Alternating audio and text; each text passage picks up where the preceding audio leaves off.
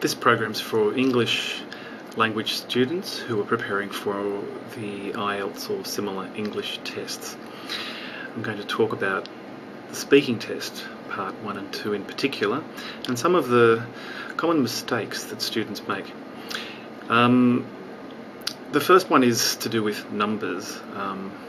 There is quite a big difference between 18 and 80, particularly if a student is telling me about going to their best friend's party last week who turned 80.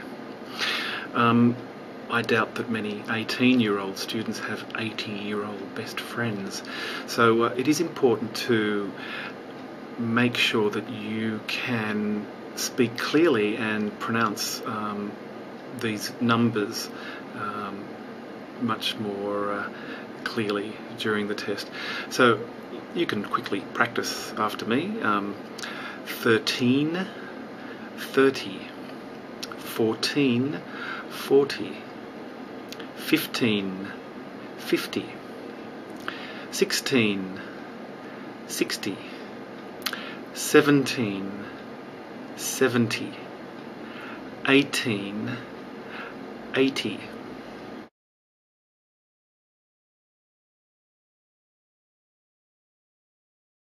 Okay, here's another common mistake that students make in a speaking test, and that's when they're asked to talk about past events.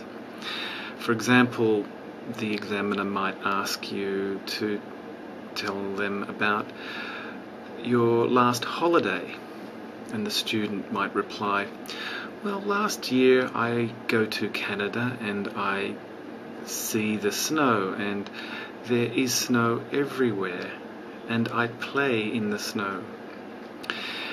And the verb tenses are all wrong.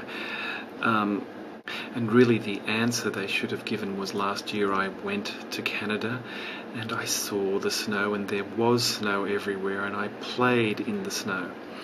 So it is important to make sure that you're using the correct verb tenses, and when you're talking about past events, you use the simple past tense.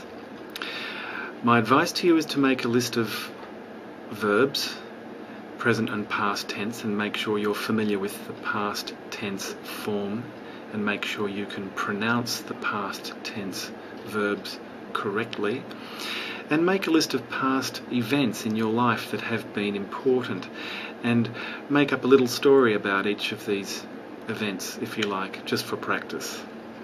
Don't learn these answers. Just practice using the past tense forms of the verbs. You can't predict what questions you're going to get, but it will be helpful for you if you've used a lot of these action verbs in little stories that you have prepared, so that you feel more confident when you do give your answer. Now, another mistake that students sometimes make in an English test is that they say things like, oh gosh, my English is terrible, me no speak good English. It's not really the time or the place to confess that your English is not very good. If your English is not very good, then you need to do more preparation before you sit for your exam. Oh yes, here's another one. Talking about people. Let's say for some reason you're talking about your mother, and the student says, well, my mother, he always does the cooking and he does the cleaning and he takes me to places and he buys me things.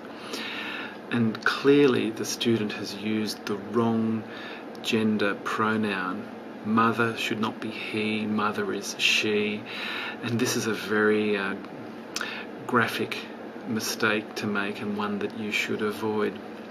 Again, my advice to you here is to make a list of people who are special for you, and they may not necessarily be your family or friends, but perhaps some family and friends, perhaps some famous people, people that you've met, some young, old, men, women, boys, girls, children, And make up a little story about these people and make sure you're using the correct gender pronoun. You need to be careful that you are using the right gender pronoun when you are asked about people in your life.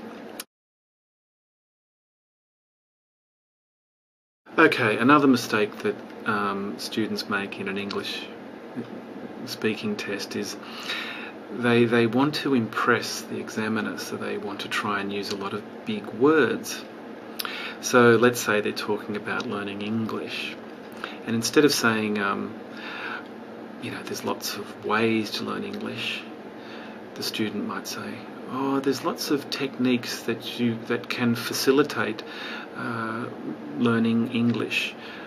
The facilitation is good if you use the good method. Now, technical language is used when we need to communicate or talk about things in a technical way. And there's no problem with using technical language as long as you're using it correctly. So it's good that you have a big vocabulary, and it's good that you can use lots of technical words, but don't use them incorrectly. If there's a simpler and easier way of saying it in spoken English that's more common, then you stick with the more common ways of expressing your common ideas.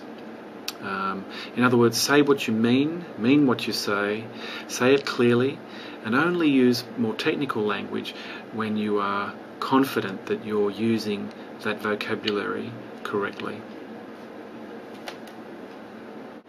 In the next program, I'll look at part 3 of the speaking test and give you some advice about how you can prepare for that part of the test.